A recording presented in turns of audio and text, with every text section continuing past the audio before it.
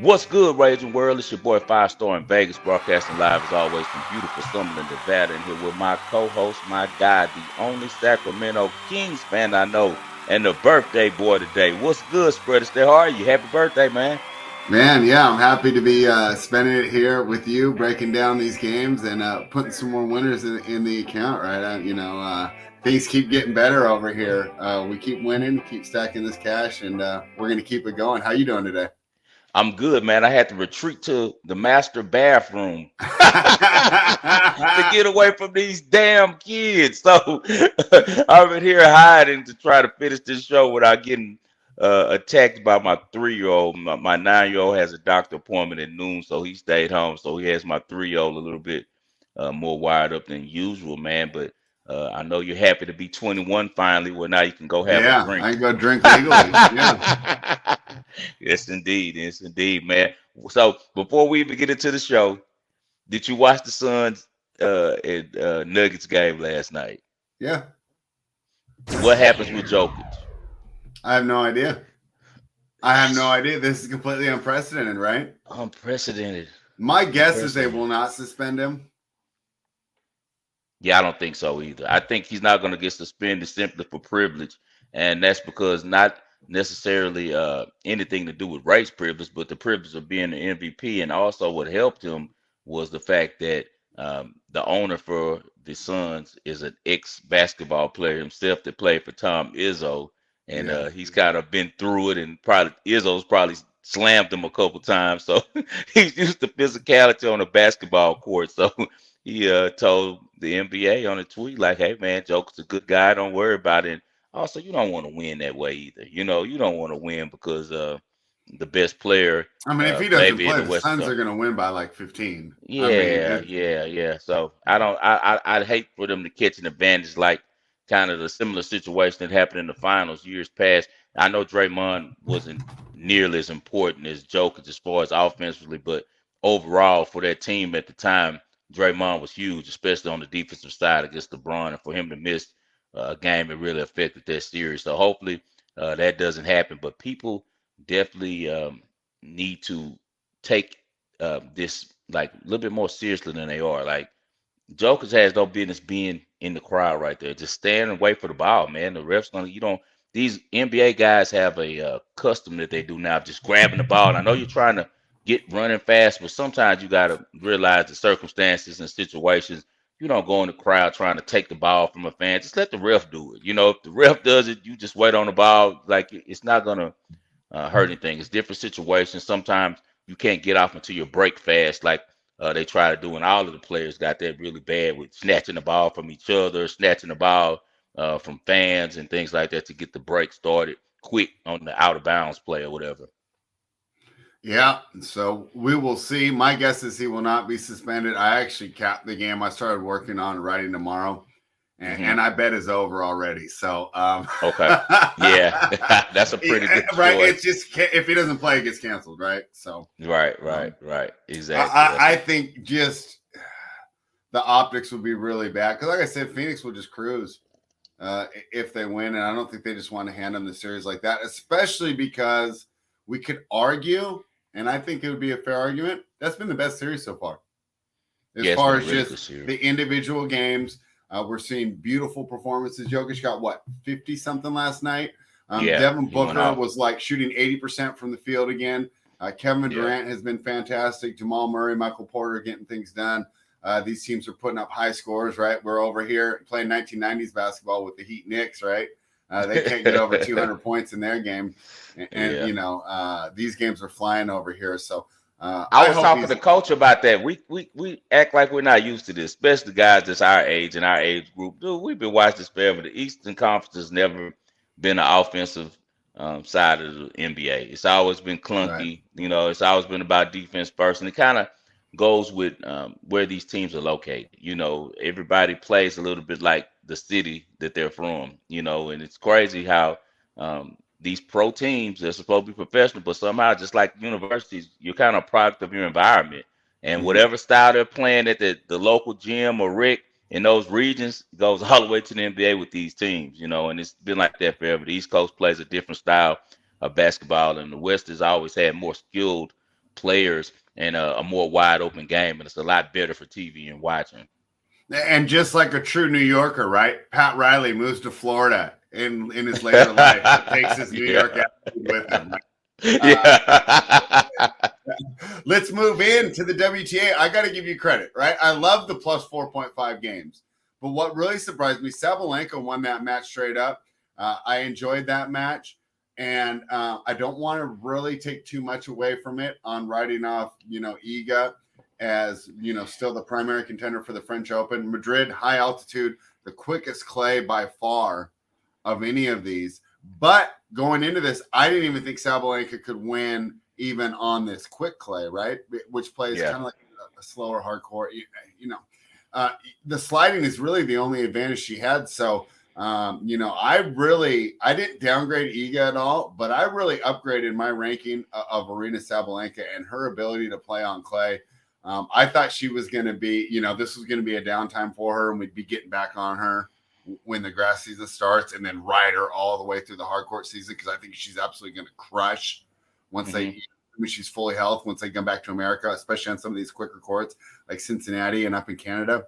But you have to give her credit. You had the great call on the plus 4.5 games, but let's talk about her winning that championship, because I feel that means more than just one match or the points, right? I think psychologically, big deal for both women. What did you take away from it? Sabs has always been more talented than Iga. Iga's better at the baseline, but all around game, Sabalenka is one of the most special talents we've seen. You and I've been watching her since she first hit the WTA, and she blew everybody's mind with her power. It's almost she was compared to Steffi Graf, and that's a high comparison to have, and she's maturing, man. She's had a really good off season, and when she came in Australia, and remember I took her, I saw her in the little exhibition matches, to how good she was looking, and I was like, Sav isn't cussing at herself anymore. She isn't talking to herself, and that's a big thing. Maybe she wouldn't have seen a sports psychologist or something, but she's also growing up. She's right? very mature now. She's still pretty is young. She married? Is her guy? Has her and her boyfriend get married? I think they might be married now. They've been dating a while. I don't even know, but she stopped dating her coach. That has to help.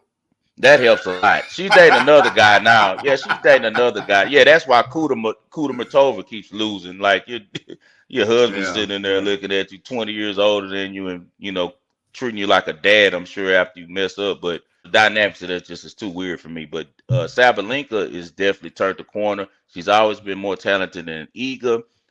She just had those mental breakdowns at crucial points. And what I really loved about this match is she controlled the first set.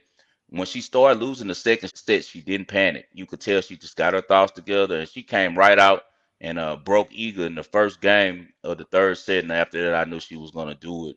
And I think, like you said, that this is a bigger match than just one match. I think that Sab has her eyes on being the number one player in the world, and I think that she can accomplish it by the end of the year, because after the French, as you said, now we're getting to more of what Sabalenka's um, surfaces are. Only thing I think she have to worry about at Wimbledon is my girl Rybakina. Rybakina is going to be a monster again at Wimbledon. I'm sure she's going to try to defend her title, but she has been down a little bit this year since winning Wimbledon, like most of these girls do. They take success for the first time, all these different things they have to do that comes along with being a champion of a major, and it kind of throws them in a tailspin. But we don't want to infer that they're getting lazy because they won.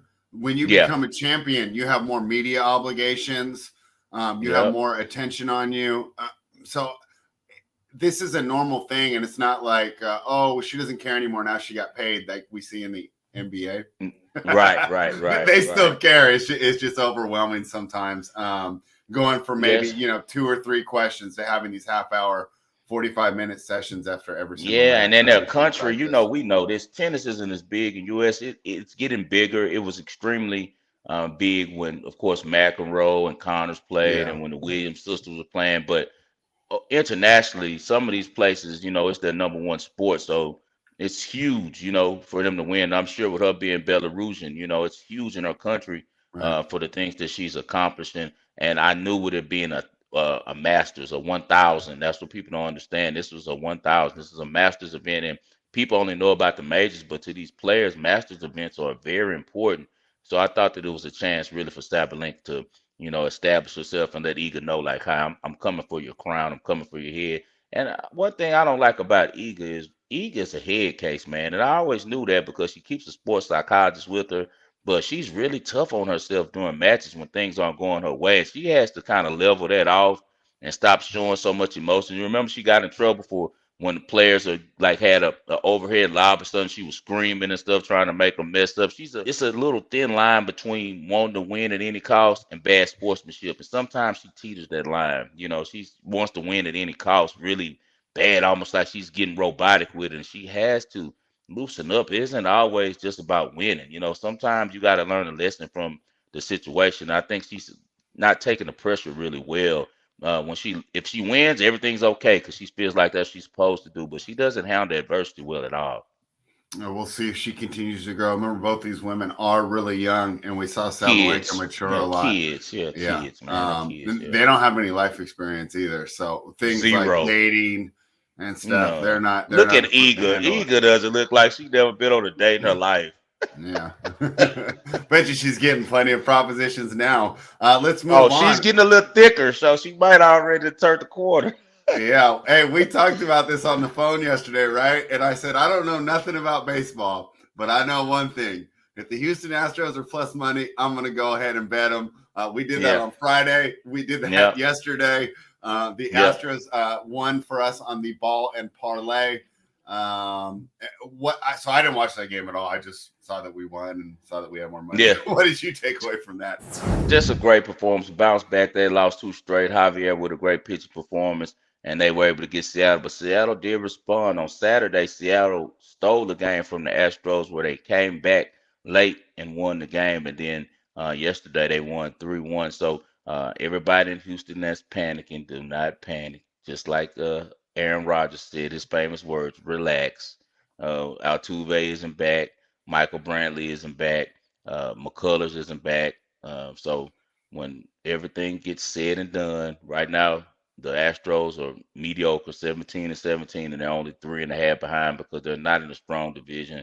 The Rangers have been really swinging the bats well. The Angels have too, but neither of those teams had the pitching staffs to match up with the Astros when it really matters. The best team that they'll be facing in division is the Mariners that they just played this weekend. And I think when the Astros are whole, the Mariners can't mess with them.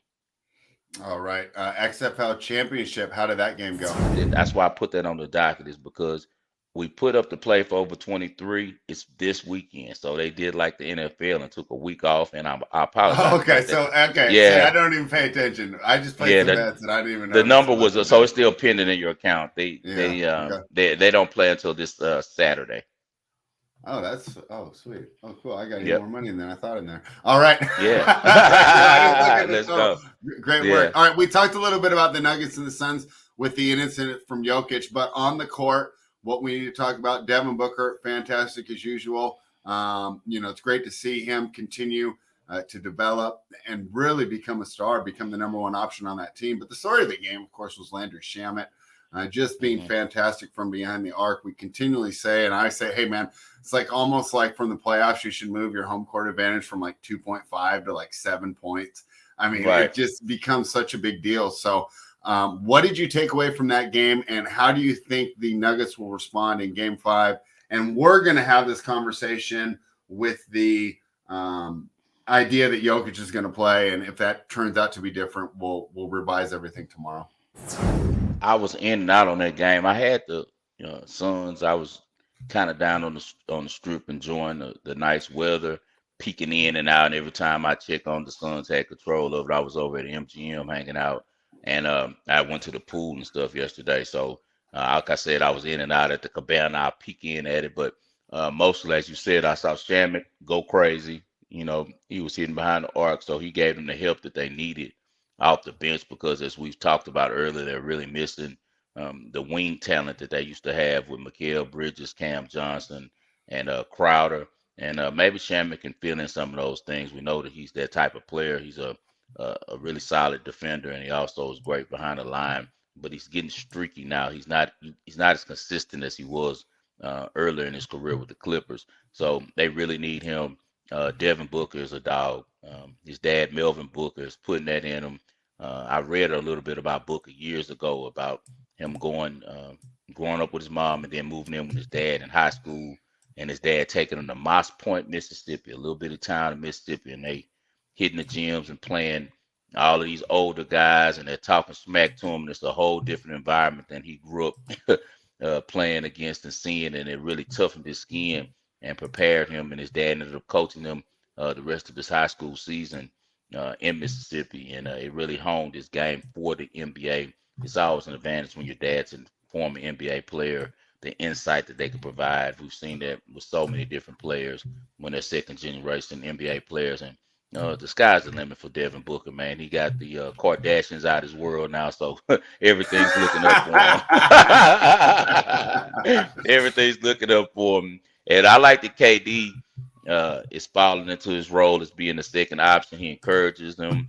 He's obviously made Booker better because Booker's really been scoring the ball a lot better since KD joined because it took pressure off of him. As we know, Booker was the double team. Now you can't double team Booker because you're going to leave KD with a mismatch. So I think people are picking their poison. They'd rather have Booker be one-on-one, but we'll see how long that lasts the way he's been on a heater during the playoffs. Yeah. Interesting to see how that game turns out. I think I'll like the Nuggets back at home. But, hey, we have till tomorrow to decide. I don't Where's Jamal? Where's Jamal Murray? He's like that, though. That's always been an issue with him, why he's not like a star and never in the top 20, right? I think there's to be in the top 20, you got to do it every single night, and he doesn't do it. And that's been an issue with him. Why? Although I think he has like the same talent as Donovan Mitchell, we never kind of compare them. I'm going back to that great series where they dueled, right? But it feels like since then, Mitchell has ascended to a guy that we really consider to be a top player in the NBA, and Murray's still over there in his Robin role next to Jokic, and nobody really thinks he could be a number one. So, hey, maybe he'll improve that, but at this point in his career, I think it is what he is. He's going to, what he needs to do is when he's not hot, he needs to give the ball up. Sometimes I think he forces it even on the nights where he's struggling. I got to get your thoughts on this series. You told me the Sixers were going to win yesterday. You were absolutely right. And so that's fantastic. Great. I was afraid to get involved in that game. So fantastic call by you. Here's my problem with handicapping these Celtics games. The Celtics to me are the better team as far as just depth, ability to defend, right? Where they always struggle, and this has not just been this season. This is last year too. Consistency. This team does not handle success very well. They get that huge game 3 win, right? Backs against the walls. They're so good, right? They need it. Then what do? They come out flat. At one point, it was 47-33. And I'm just sitting here like, guys, like, I don't understand. Like, they remind me of like that VH1, those behind the musics. Everything goes good. And then about a half hour into the show, right? The rock stars got money and they all start doing blow and then and then the whole band falls apart. I feel like the Celtics are like in that 30 minutes of behind the music where like as soon as they get a bit of success, everything goes to heck. Coaching. You talked about it too. Tyler's getting victory lap because he's been out on Mazzulla since like December. I really don't know what to make of this game. It seems to me, okay, Celtics are going to have their back against the wall game 5. We're going to see the best of the Celtics. But what do you make of this inability of this team to handle success and put together consistent performances coming off wins? This game was all about James Harden. He had brought in the kid from China, John Hao, I think is how you say his name. I don't know if it's Ho or Hao or however he says Hao. But he brought that kid in because when they became friends after the incident happened in Michigan State with one of many that we've been having in the last couple of years in America with these, these shootings and things. And he was a victim that got paralyzed. And Harden really played well, inspired by him being at the game, him and his dad. They were big Harden fans. And Harden just stepped up and would not let the Sixers lose at the end of the game because Embiid, much as I talk about him, that was sad what I saw from him in the fourth quarter. He didn't want the ball. He was getting manhandled by Al Horford one on one, and no MVP should be allowing Al Horford to D I him mean, up one on one. He was I know just he's the locking MVP him and I know he down. won, but to me, Jokic is the best player right now. He locked it, but it's I don't know what's wrong with these guys because during the regular season we've seen Embiid just go in a monster role on one at Al the end of the Horford, game. he's always had problems with Horford his whole career. Yeah, and they're smart because the Celtics paced him and didn't let Horford hold him until crunch time. Because before that, Jason Tatum and all types of people had been holding him, but he didn't want the ball, man. After Horford had threw his stuff like twice, and PJ Tucker. That's why Harden brought PJ Tucker over there with him because that's his boy and he's a dog and he's been through playoff battles with him in Houston. And Tucker came over there and cussed Embiid out and told him to get some giddy up in him and you're the MVP, play like it. And he wouldn't attack the boards and got a couple rebounds. But that game basically boiled down to James Harden turn back the clock again. He can't do it on a nightly basis anymore. He's 33. I know Harden doesn't seem like it, but people don't realize he's 33 years old, man. Harden's been in the league 13 years.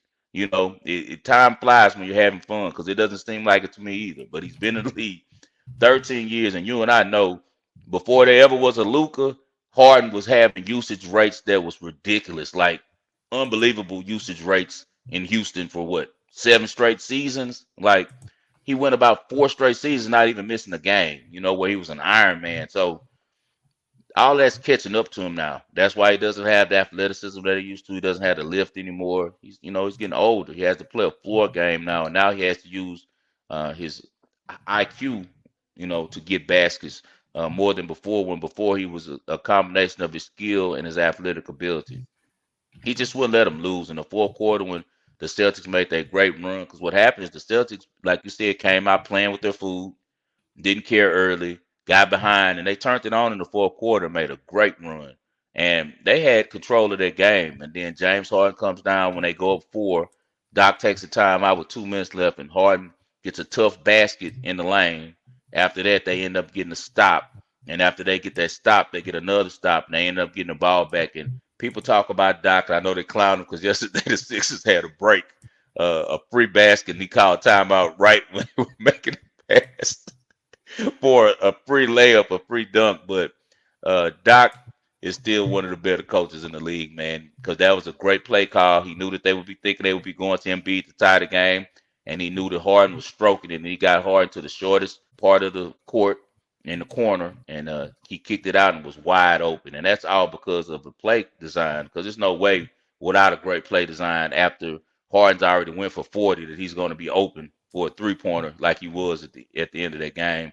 He nails it. The Celtics need just another half second, but Marcus Smart pulls the ball late on the three, but it's not his fault because Jason Tatum held the ball like an idiot for like the whole. I'm looking at him like, what is he doing? I'm glad because I got the Sixers, but I'm like, what is he doing? He's just dribbling, and like they got an eternity, and he kind of froze up like Tatum tends to do. But what I take from the game is James Harden is special, man. He just can't do it every night anymore. So don't be surprised if next game he goes for like 15 points. I already Doesn't bet do his much. under. Yeah, he's not much. He has to I save felt like himself, a hater, man.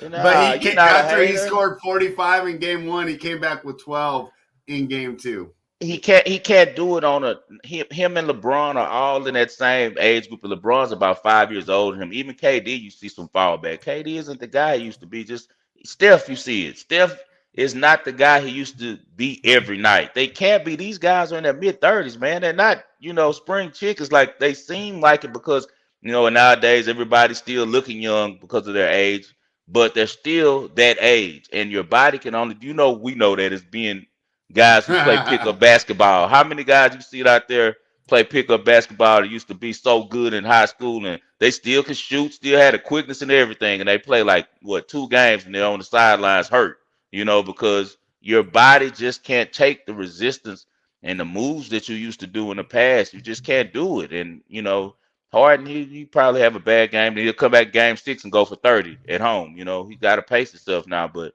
he did what he needed to do to keep them alive in the series because if it was up to Embiid, this series would already be over. It'll be 3-1. They took all the fight out of Embiid. He quit on them in the end of the fourth quarter, and James Harden carried them. And I look forward to him coming back to Houston next year. I can tell you that because I think that he's going to really give a You think boost. he is? Yeah, I know he's coming back. He's coming back. He's coming back. Regardless, championship, whatever happens at Sixers, he's be in Houston next year. And How come? home. He loves the place. He's the mayor of Houston, pretty much, man. Like he could do whatever he wants in the city. He got love there. He loves the city. He was there in a great time when the city was growing and stuff, and he's just part of the culture, and he loves it there, man. And he went out to go get a championship and come back. It was always pretty much an understood thing between him and the owner. That's why he's the only active player with a retired jersey. So he's coming back. So he'll be back next year, and hopefully he can raise the game of these kids around him, and hopefully we can get Jaylen Brown too, because Jaylen Brown looked a little upset at the presser. He said maybe he needs to demand the ball more, late in the games because he's the best player on the team so far this playoff. So it's amazing to me how he doesn't get any looks. Marcus Smart and Jason Tatum just hog the ball at the end of the game. Every game, it's the same thing. So I don't know. I'm I sure. really don't know what to make of my analysis of Jason Tatum. It's Sometimes so I he has watch him such and a I go, weird I game. underrate Sometimes he look him. like Right? Kobe, and Yeah, then he's like, sometimes he look like a bum. he's an MVP candidate. Why aren't we talking about him Right. for MVP? And the other nights I'm like, what is he doing, bro? Like Just that last he's like ISO possession. shots. And then what really bugs me about him is we know that he's a great defender, and he really, when his shot ain't falling, the defense goes with it. Yeah, Right? and he's Like a he's terrible totally if the passer. ball ain't going Terrible through the hoop. passer.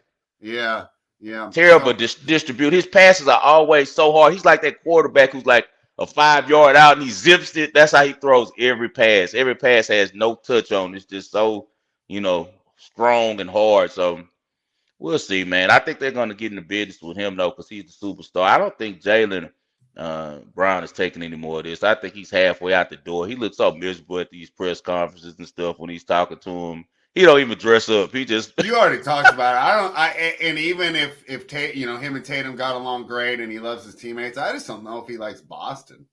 I yeah, think he he don't wants like to the come city. either to the Yeah, South or to the West. to the west, south of the west. Yeah, I'm hoping he comes to Houston because I'm hoping that the Rockets can sell him on. Look, man, we could do the same thing for you, like when Harden came from OKC. This is your team now. This is your chance to be the first option. This is your yeah. chance to put up the numbers that you should have been putting up the last couple of years. And with Harden coming, the way he's playing now, if he becomes the point guard, he's going to feed him. He's not going to be taking any shots unless he has to. So it'll be a really good thing. The young boys around him get a couple of rim protectors, and they'll be okay. And whoever they draft, hopefully, there's someone who can contribute immediately. But I would love to see him get out of there, even if he has to go to the Hawks, where he's from, Atlanta, or even to the West Coast, and maybe come play with you guys. Just imagine him with. Atlanta would love him. He would fit Oh, in Atlanta perfect would there love too. him. He'd be Yeah. perfect there. So he either goes to Atlanta, I think, Houston, or maybe to the West Coast. But if he goes to the West Coast, it would be, I'm thinking Sacramento. That would be the best look for him. Yeah. Replace. Think Or about him Portland. replacing Harrison Barnes. Like, you know what I'm saying? Like, Yeah. you guys get him, you'll be the number one seed in the West. So I really hope that Jaylen Brown gets out of there. Yeah, we'll see where it goes. One last point on that game, I want to make sure, and you've already said it, but I want to reinforce it. I don't think James Harden gets enough credit for adapting his game to adjust with his age. How many of our favorite players were unable to do that? Who was one of Yep. my favorite players 20-something years ago? Allen Iverson. As Yep. soon as he was no longer the primary ball handler, he couldn't even find a role on a team, right? Because he didn't know how to do anything else, right? We've seen guys out in Houston, Stevie Francis. Once he was unable to beat his man off the dribble and be the man, there was no role for him in the NBA. And this happens a lot with some of these. Who was the other one? There's so Deron many Williams, of them. right? There's so Deron many Williams. of them. Remember when he was talked about with Chris Paul?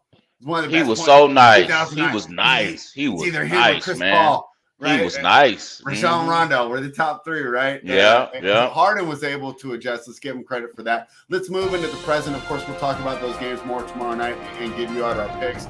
But we have to talk about tonight. The Miami Heat will be taking on the New York Knicks. This is game 4. We are in Miami. That game wasn't even fun. on Saturday. Beat the It's one brakes thing if off you're of going them. to lose. We thought we'd like the Heat to win. We thought they had a great chance. It was one of those games. My numbers like the Knicks. I said, heck no, we're not betting that. We bet the over, and it didn't get there because for an over to hit, most likely usually has to be a close game, and the New York Knicks were not able to compete. Do you expect to see the same thing tonight, or can we see some fight out of the Fighting Thibodeaus? I mean, they can't just get blown out again, can they? Yeah, they can. They might make a little fight, but I still Set think you up for Miami that. covers this points because the problem is not they have to go to Randall as a first option, and he's having problems because defensively Miami's putting him in a situation where he's going to have to defend. And then you have to his second option is RJ Barrett. Brunson is not having a really good series, and it all comes down to the Miami Heat. Miami Heat, they could lose all their games to the Knicks in the regular season. But the way that that organization is ran from the top down, similar to the Celtics, where everything starts in the front office and comes all the way down, and everyone's ex-coaches and knows their stuff. And it goes, the Knicks don't have anything to compete with that. You got worldwide up going against, uh, worldwide, he's going against Pat Riley. Like, come on, like, you know what I'm saying? Like, it's no comparison, man. So what's happened is the Knicks played over their head this year. We were on them knowing that they were going to beat the Cavs, but as I told you, when they got against the Heat, it's like the Heat is one of those teams out there getting playoffs. Their system is just built for that. What they do is built for that. So I think we'll see them in the Eastern Conference Finals. I don't know if it's 4-1, 4-2, but they're going to be there. And I think the Knicks might have one more game in them when they go back to New York. But I think the Miami wins tonight and covers. All right, so you like Miami to get the win and the cover.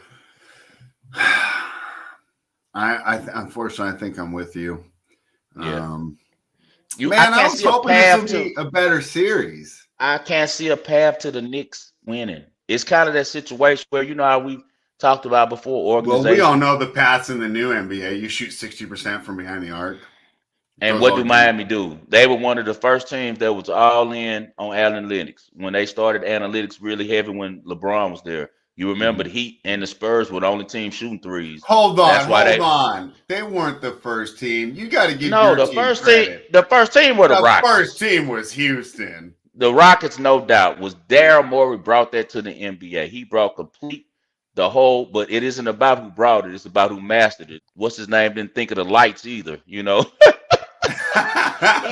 Whatever that guy's name, he didn't think of it. Alexander Graham Bell didn't think of the phone either. And Oh, I see your freaking point. Yeah, I got you. yeah, Yeah, you yeah, you know, it's who masters it, man, who gets the yeah. patent on it, and the patent it was patented by that Miami and Spurs team and later perfected by the Warriors. But my Rockets were definitely the first team implementing the three ball or layup game. All right, let's talk about the Golden State Warriors.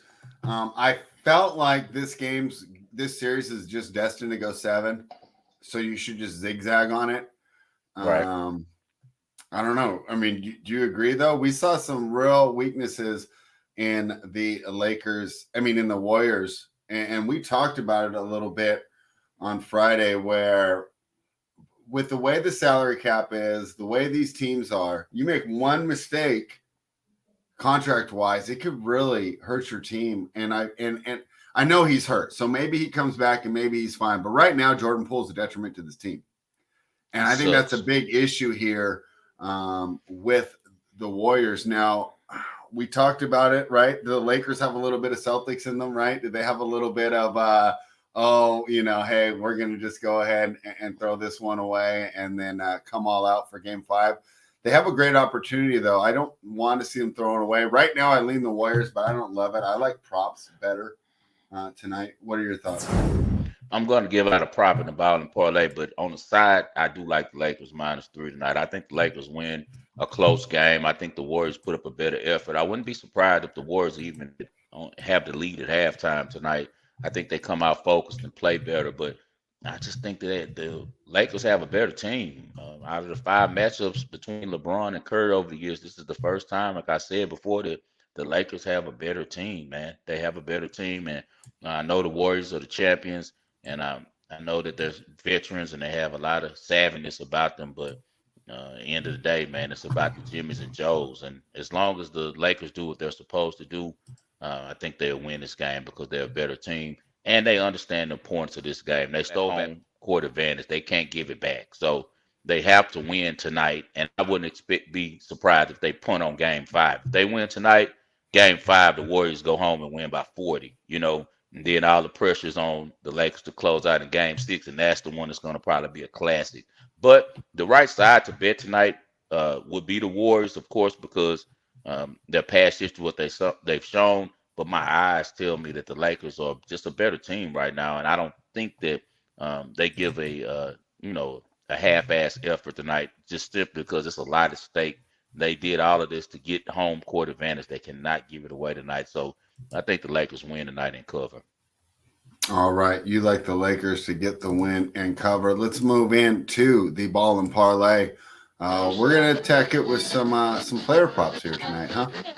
Yep. We're going to go with player props. We're going to go with Klay Thompson to go over 6.5 points in the first quarter and over 21.5 for the game. The reason why is because Klay had a really lackluster game last game. He only scored 15 points after talking all this stuff in the media about he'll be giving his all when he comes to play in LA because his dad played there and he'll be playing for Kobe and Gigi and all of this stuff, and he laid a dud. So I think that he's a really prideful guy, and he doesn't usually have 2 back-to-back bad games in the playoffs. So I think that they try to get him the ball early, and he gets off a couple threes and maybe gets a layup or something, or his little short patented jumper and scores about 8 points in the first quarter, and then goes on. I could see him getting about 25 tonight. So Klay Thompson is all reliable for this team in really clutch situations as far as on the overs, on the total. We know that Steph's going to bring it every night. So Klay Thompson will be the second option, and he'll get plenty of shots because Steph can't get up every shot. And as you said, Jordan Poole has not been playing well at all. Wiggins has not been involved enough in the offense. But Klay is usually the one that Steve Kerr likes to draw up a lot of plays for. So Klay Thompson over 6.5 first quarter and over 21.5 for the game. All right, I'm going Jalen Brunson. Our guy. We're big Brunson guys here on the wagering world. Jalen Brunson averaged 6.2 assists per game during the regular season. He is averaging 5.1 assists per game during the postseason, but he's gone over tonight's assist prop total of 5.5 in 5 of his last 7 games. So if we just shorten this to the last 7, now he's averaging 5.6 assists per game. On Saturday, he had 8 assists. I just think that he's going to continue to be involved, whether or not it's shooting or continuing to pass the ball. The numbers really like this one. The trends really like this one. And I think Jalen Brunson is going to get his teammates involved and go over his assist prop total tonight. All right, so Spread's going with Brunson to go over 5.5 assists. I'm going with Klay Thompson over 6.5 first quarter and over 21.5 points for the game. We got 2 games tonight. We got to enjoy this because we're getting close to it being a game every other day or 1 game per night, man. And things are really slowing down when we get to that drag or something where sports bettors take off and go on vacation until I'm planning that right now. I got to do my home improvement, and then it's vacation time. Yes, sir. And then we go to, it's football season, take our little break or whatever. So we with you guys through June, through the NBA playoffs, and then we're going to take us a little sabbatical until, August when it's time to crank things back up like we did last year. Anything for the people spread before we get out of here? No, I'm looking forward to seeing some good games tonight. Knicks, you don't need to win, but you got to compete. I don't know if they have the system to. So I think they're kind of happy just to be there. They didn't even think they'd get out the first round. And I think the Heat had their mind focused on trying to win an NBA championship because their organization really believes that they have the team and they're built for it. So we'll see if we have a good game out those guys. Happy birthday to my guy Spread again. Happy birthday to my son Noah. His birthday was on Saturday. He had a great time. Yep. So the Tauruses are in the building. Hey guys, we appreciate you tuning in to the Wagering World. Best of luck to y'all tonight. We'll talk to you tomorrow when we'll have Luke's on. Look forward to it.